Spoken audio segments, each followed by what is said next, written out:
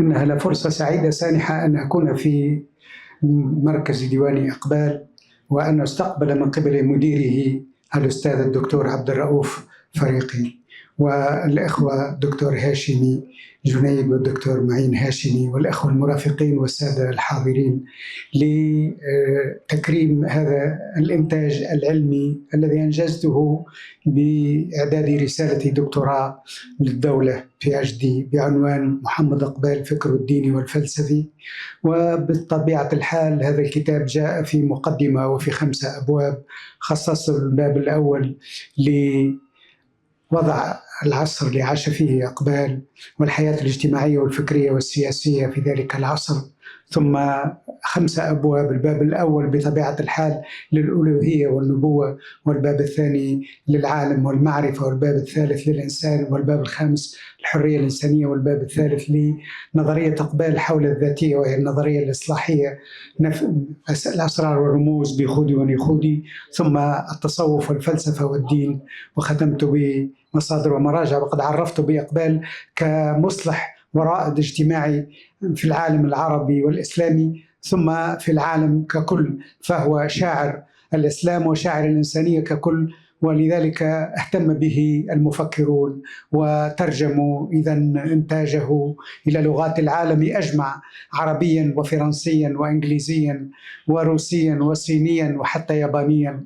وبطبيعة الحال فضلا عن اللغة التي كتب بها في الفارسية والأردية. وفي مراسلاته إلى إذن أصدقائه من سياسيين وأكاديميين وعلى رأسهم القائد الأعظم محمد علي ذا جناح الذي بطبيعة الحال دعاه إقبال إلى تأسيس هذه الدولة العظيمة، دولة جمهورية باكستان الإسلامية التي دعا إليها إقبال في إسلام آباد في 1930. وبطبيعة الحال رعدت النور سنة 1947 ومن ثم فعلنا. إذن جناح كان باعث هذه الدولة والأب الروحي لها هو إقبال، وقد أسس إقبال جمهورية لم يراها الآخرون كما حلم أفلاطون وأرسطو بذلك، ولكن إقبال حقق جمهورية إذن معاشة على الواقع، وفكره لا يزال حيا وصوته لا يزال مسموعا، ونحن في حاجة إليه اليوم وغدا وإلى بعد غد. فشكرا للدكتور على هذا الاحتفال بهذا الكتاب، وأرجو أن يسد هذا الكتاب إذن موقعا في المكتبة العربية الإسلامية، وأن يكون لبنة في فكر إقبال. وشكرا لكم على هذا العمل، والسلام عليكم ورحمة الله تعالى وبركاته.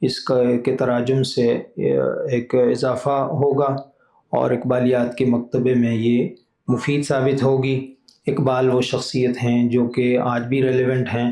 اقبال کو اللہ تعالیٰ نے ایسی عالمی شہرت دی، شاعری اور اصلاحی پیغام کے ذریعے انہوں نے شرق و غرب کو متاثر کیا۔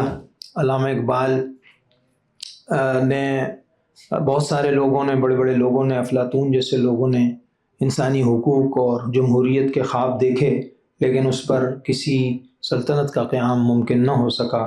لیکن یہ علامہ اقبال تھے جنہوں نے وہ خواب دیکھا تو اپنے جو دوست اور اپنے پاکستان کے روحانی اور مادی سرپرست اور والد جناب قائد اعظم محمد علی جناح رحمہ اللہ کے ساتھ مل کر اس خواب کی تکمیل پاکستان کی شکل میں روح عمل ہوئی۔ آخر میں اپنے گفتگو میں ڈاکٹر صاحب نے فرمایا کہ جس طرح حسان بن ثابت رسول اللہ صلی اللہ علیہ وسلم کے شاعر تھے، اسی طرح اقبال کو شاعر رسالت کہا جا سکتا ہے۔ سلام ہو اقبال پر زندہ اور جاوید۔ السلام علیکم۔